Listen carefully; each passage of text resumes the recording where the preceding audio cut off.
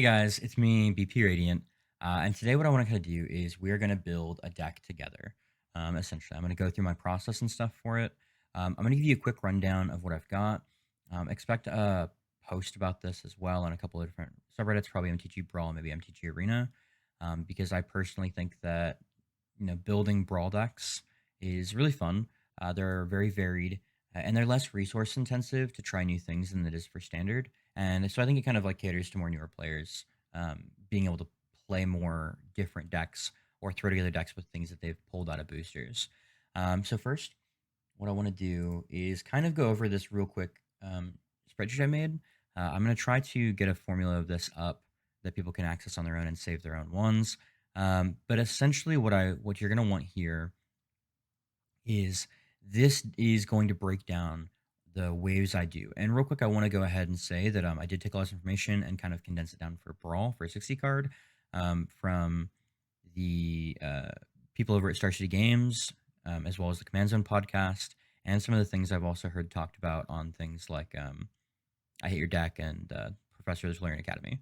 So I kind of condensed all information that I've personally seen into ways to make it easy for me. So, quick easy thing is here are some sections you're going to want to actually have a lot of: ramp, card draw, target interaction. These are ways to essentially destroy a creature, destroy an artifact, an enchantment, a planeswalker, whatever you have, things that are going to go one for one for the most part. A full board interaction is anything from an Ugin to a board wipe to a destroy all enchantments, or even in the case of mono green heroic intervention, giving you indestructible to all your creatures. Also is full board interaction. It stops you from being board wiped or having steal your lands. And we have cards that are on theme. Personally, I think that theme is really important to a deck. It makes it stand out and more unique, and honestly, a little bit more fun to build. However, I think that leaning into the theme too hard and potentially gimping yourself on these ways will lead to more games that you don't actually get to do anything or play the game.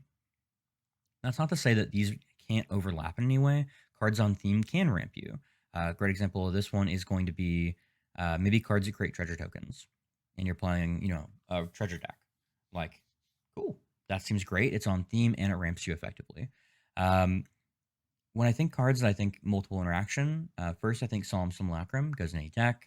Essentially, he ramps you at 4 mana to go to 5 guaranteed, and then if he dies, you get to draw a card. Not insane value, but it does give you ramp and some card draw in it, assuming you can get the triggers correctly. So I like including him in most of my decks right now. Another great example I would say is the new Treasure Barbarian, falling under target interaction or ramp.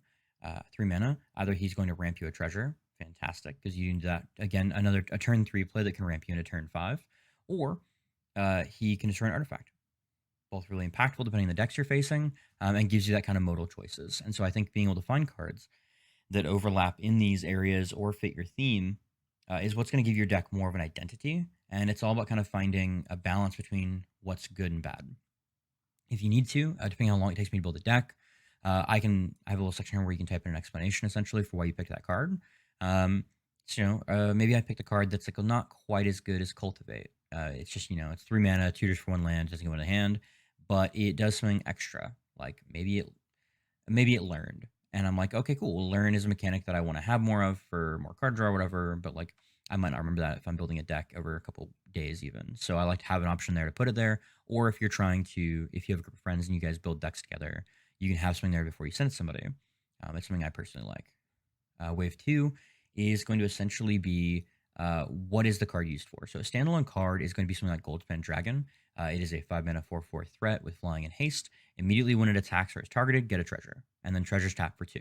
Boom. Standalone on its own, it is a clock. It's getting in there immediately. It's generating value immediately, either when it's removed or when it attacks, or both. And essentially, this card is something I'll always be happy to top deck. Enhancers are going to essentially be ways that are going to enhance your game plan. I know that sounds really basic, but it could be something that maybe it could be a buff, or maybe it's a artifact or an equipment that buffs we have there, or maybe it's something that gives protection from a certain color or indestructible, or it could be something like Eternal Witness, where it brings back a card from your graveyard to your hand. And essentially, these are just here to kind of continue your game plan in some way. And they're interesting. These are going to be a lot of flavor, but they're also going to essentially be um, cards that aren't great on their own. Then we have enablers. Enablers are where you have the least amount of, and they're where you're going to have the majority of your combo potential or synergy cards by themselves that aren't very good. My favorite example of this one is Teleportation Circle. or Thassa. If you're playing an ETB based deck, they're both going to be something that's, if you get, you're super excited for, because they're going to basically each turn allow you to go off. They're going to let you get recursive value, but just playing a Thassa or a Teleportation Circle on its own an empty board isn't going to give you very much. So you want to have a couple of these, but you don't want to necessarily have them in case you are in a disadvantaged state, and so you don't top deck them when you need a gold Pendragon essentially. And then cut 3 is going to be cuts that you want to try out later, or ideas you have if your deck is built. I'm all about iterating deck ideas. With Phylath is probably the one I've iterated the most with since he came out, since that's when I basically designed the spreadsheet back in Zendikar. And it's something I see a person using a card, maybe I'll try it out, or maybe I see cards from the new set being spoiled, I put them in there to try out for later, and it just gives you a spot in the spreadsheet to kind of go for it. Here are some things that I keep in mind. Basically, goals. What am I winning for? Then there's the 4 stages to consider in the game. Basically, the developing stages, first couple of turns, where you're developing your board state and your presence in your hand. Then you've got what to do if you're behind or ahead, or I also call them as the advantage state and the disadvantage state. That's basically like what cards do you have that can do in those areas. And then I have standoff, which is, you've all been there. You've played a game where you've both got a couple things on board, but nobody wants to be the first one to pull the trigger in case the other person blows them out. And then the other thing as well is kind of finding, what is your deck about. Keep in mind the flavor of your deck, the power of your deck, finding that balance between them. And then also some deckable mistakes that I found. Not enough ramp or draw was the biggest one I've seen in a lot of decks I've found, either on MTG Brawl, Aether Hub, all sorts of things, EDH Rec even. And they're just, you play, you're going to vomit out your hand and you do nothing. You're drawing 1 card per turn, so if your board gets answered, you're just done. And so I think it's important to kind of have ways in there to make sure that you can play the game for as much as you can. And so we'll kind of go through that. One last thing to mention is keep on your mana curve. I think it's really important to watch your mana curve. And I'll go probably a little more in depth about this particularly in the text write-up. I think that it's just going to be like a little boring to hear me talk about. So now we're doing pretty good. We're going to go back to Arena real quick. And we are going to basically build a deck using this. And so the first thing we're going to kind of do here is let's figure out what commander we're going to play. We're going to build it for the new set because that's just what sounds most fun to me right now. Could do Delina, seems very fun. Zerial is something that I just saw on the top page. So I think we're going to wait and do a multicolor deck. And I think what will be strongest right now is going to either be Minsc or Trelasara. Let's do Trelasara because I think that's actually a really good theme, and they're in colors that we can kind of exploit a lot of things about. So give me a minute here, and we will put this together. So as you can see, so right now I just did like a super quick what I would want to put in this deck. We're at 158 cards out of 60. This is going to be a time. So what we're going to do now is I'm going to go through first, looking at our thing here. I've got an average 2.0. It's not bad. I'm going to start cutting through cards that I think don't quite fit what I want to be doing as I'm putting them onto the spreadsheet. So let's check in on the next step. All right, so here's our first batch here with ramp and card draw. So let's kind of start off here and kind of decide what I want to cut first. So I know I've got a lot of like ramp card draw in here. So Gilded Goose is pretty interesting and fits the theme since it can gain its life. Despair Sentinel can't really ramp on its own. So I'm not super interested in it right now. So I think that's going to be a cut. Loyal Warhand is conditional ramp in mono white with a 3/1 body. Interesting. I'm not quite sure. But even if we, if we go second, we can potentially play this on turn 3. Then play him, then play a land, and we get 2 more mana off of it. Create is interesting. It can tap for multiple mana. Florahedron is a land or a dork. Arcane Signet is a non-creature based. Cultivate is land-based ramp, both from the deck. Some Simulacrum is land-based ramp from the deck that doubles as draw. Visionary is a creature-based ramp, but draws. Scale the Heights draws, buffs a creature, and gains a life. Gains some life, so we can trigger with our commander. And Skyclave Relic is indestructible. So what we're going to do, I think Lowerhand will find a better deck later. Or, sorry, for the sake of this. So we got 1, 2, 3, 4, 5, 6, 7, 8, 9. need to cut at least 2 more for right now. So I think the Caryatid, we aren't always gonna have something over 4 power. It is a turn 2 ramp, but we've also got the Florahedron, Arcane Signet, Gilded Goose for before then. So we still have some options, and our commander is a really good turn 2, so we don't always need a turn 2 ramp for that one. And then I think for our last one we're gonna cut for right now, I personally think Gale Heights, it's conditional ramp. We might not always have a land in our hand, so we'll go ahead and cut that for now as well. Then we're going to go back to our card draw. Kind of a few things here. Kind of transformation is card draw that doubles as removal. So targeted interaction, or is better. Great Henge is also theoretically ramp, but really you're not generally using it for that. You're using it for kind of the card draw. We do have a lot of chief creatures, so this could be really good for us. Revitalize fits in our theme. Inspiring Commander is a 6-drop, but a lot of our stuff would draw off of it. But I think in this case, I think that we're going to try to be a little more early focused. Return the Wild Speaker. We don't have any big creatures, so I think this is well as most things we're going to have to cut. It's not like in mono green, we're going to have a lot of big creatures. Gargaroth is modal, so it's life gain, card draw, or that. I think he fits really well in. It's just a fantastic 5-drop right now until rotation. Samson Rack we've got in there. Visionary Ranger class is pseudo card draw. But because of the deck we're in, I think I'm going to try without it for now. And we're down to 6 things of ramp here. So now we have our target interaction and full board interaction. We have quite a few here to kind of go over. So we'll start with full board interaction because it's going to be the easiest. We have something like Heroic Intervention, Ugin, Rumcloak Giant, Doomscar, Heliod's Intervention. So we can start off right now. We don't particularly want to go board wipey because we're such like a board based deck right now. Since we're trying to play like a very creature focused life gain build, I think that board wipes kind of like getting rid of our own side of the board is just gonna be really tough. So I think we're kind of down with this Ugin, Heroic Intervention, Heliod's. And I want to make the flavor. So right now, Heroic Intervention is really good. It's a 2 mana cost. It can potentially save from being board wiped, allow us to get really advantageous trades, keep our all of our reactions stuff alive. So it's between Ugin and Heliod's Intervention. And so what we're gonna do is, because I see Ugin in like every list, we're gonna actually make the flavor choice not to include Ugin. So we've got Heliod's Interaction to destroy multiple artifacts enchantments, or we can gain life, which would make a lot of our things trigger. And we've got Heroic Intervention to save ourselves. So we're not really going for a proactive board wipe. And that still could be iterated up. All right, so next we've got our target interaction. We have quite a few here to cut down. So let's start with a couple first. So Return to Nature, or you find a Cursed Idol. Well, right now you find a Cursed Idol could potentially ramp us, so we're gonna just immediately cut the Return to Nature because it's just better for the most part.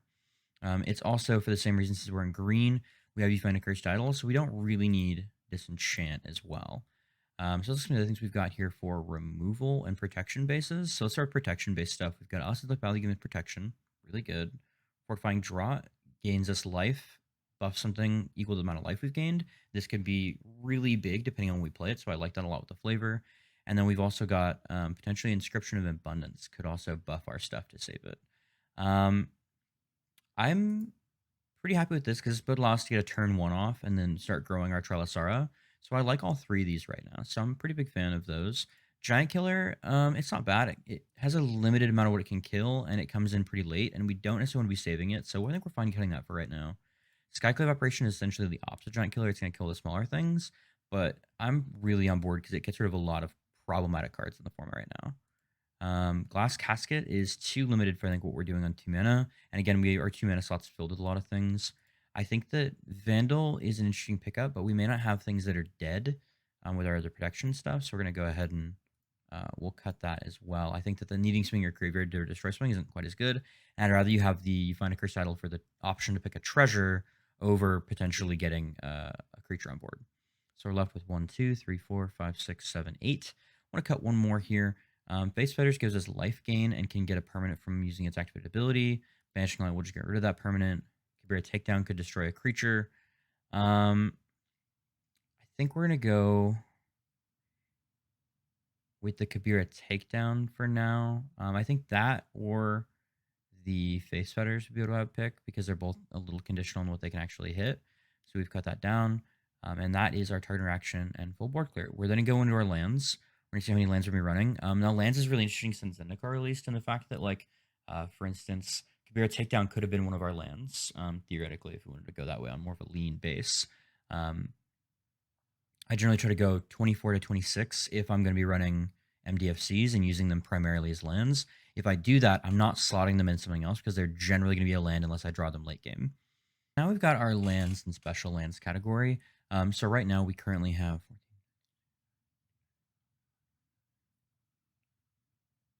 28, which I think is pretty high even with MDCs. So we're going to cut some of these.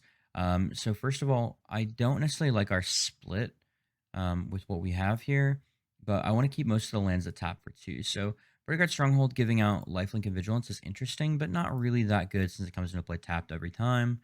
I think I would be okay with cutting the Evolving Wilds here. Brings down to 26 so far. I want to cut one more, I think, because I am going to run some MDFC, so I'm finding it a little high. And I think it's going to end up either being this Radiant Fountain or the Cave of the Frost Dragon. I think I'm going to cut the Radiant Fountain. I don't think life gaining on a colorless land is necessarily that great for us since we are in multicolor. And so we've kind of got our lands here now. So we're effectively running, again, 14, 15. Running 25 lands with the expectation that the only card we don't have, ideally just to play a land as, is the Florahedron. And that one, ideally, if I've got lands in hand, I'm going to play that as a ramp piece to try to hit to a turn earlier.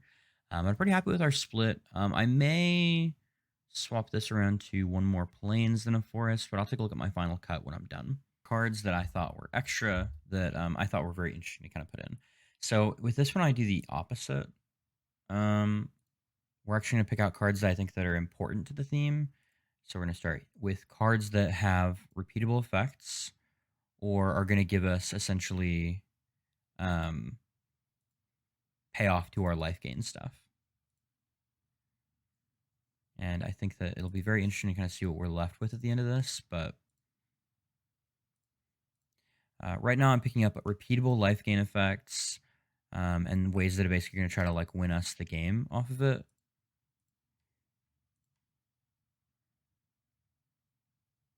All right, and we're going to go ahead and start these with green. So that's 1, 2, 3, 4, 5, 6, 7, 8, 9, 10, 11, 12, 13, 14, 15.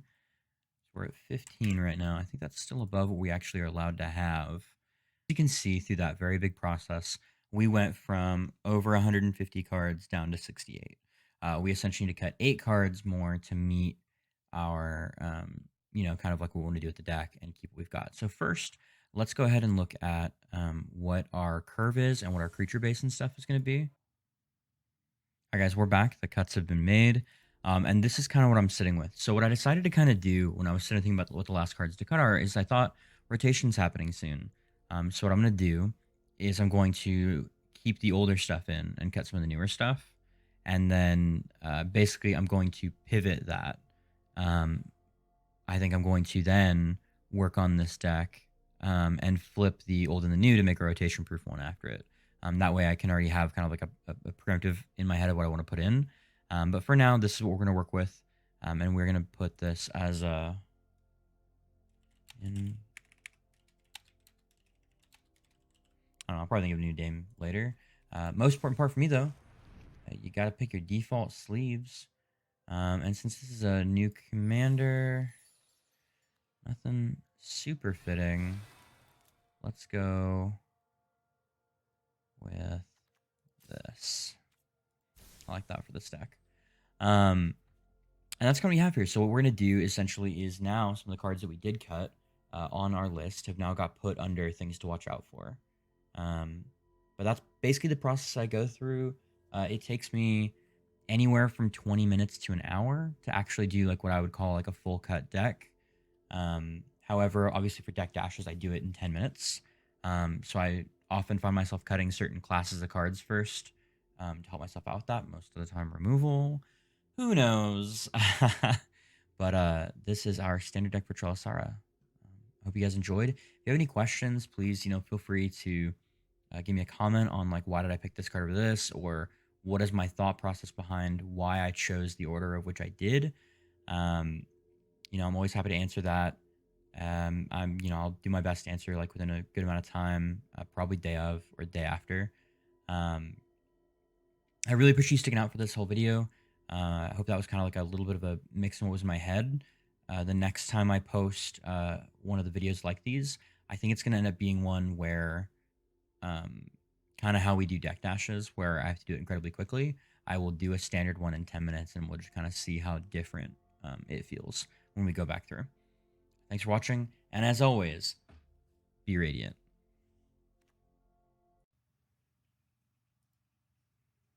All right, so you actually see a quick little bonus clip I recorded after. I'm recording audio over it because of my new mic's mute button. Still throwing me for a loop here. So this will be played over it. I felt pretty good about this hand. I think that I really liked the idea of playing the Shadow Spear turn 1 at a Trelasara and being able to be really aggressive into him. I was like, cool, there's not much he can really do until his commander comes down to me, but we'll see.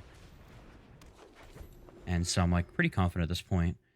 And he goes and does the one thing that every Phylath deck wants to do. And I'm just like, oh no. Okay, well maybe this isn't... Maybe I have to record another one. We'll see. Went ahead and was like, let's go for maximum life gain, because I think I'm going to get Phylath next turn. And this at least let me start getting some counters on. I decided to keep the Hollow Priest here. I think that it went well with the Blossoming Sands in my hand there. And I also had some more life gain. And I just thought it would help me get over the size of these guys. But he's just like, oh. Oh. Thankfully he attacked, which means he wasn't trying to chump here. So at this point I'm like, okay, how do I outplay this? And I'm thinking to myself, okay, I need to gain life so I can Fortifying Drop. But I'm like, oh wait, I need to Hollowed Priest first. I gotta maximize my life gain here. We decide to tuck the Book of Exalted Deeds because, yeah, sure, I'll be able to gain more than 3 and get angels from it, but I'm looking for potentially more removal, you know, to deal with Phylath if I need to, if he blocks here with him. My nightmare scenario is that he basically blocks with everything, but I don't think he fully expected to get blown out here. I don't think he expected me to get so much and turn it into a 10-10. But we're good. We gonna get to move it again. And we're really going to see that Scry kind of allow us to choose what's on top. It wasn't super impactful, but it does us dig to that Sturdy Shelter, which would have helped us to get lethal in a turn or two.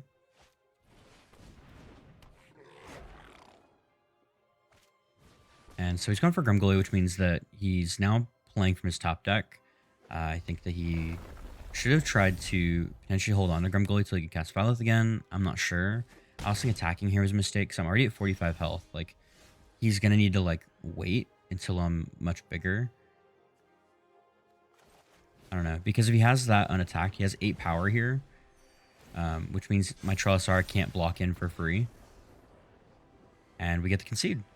We managed to, like, answer his deck and still have a bundle of cards in hand. And our Cleric class still to get more counters. Thanks for watching, guys. And as always, be radiant.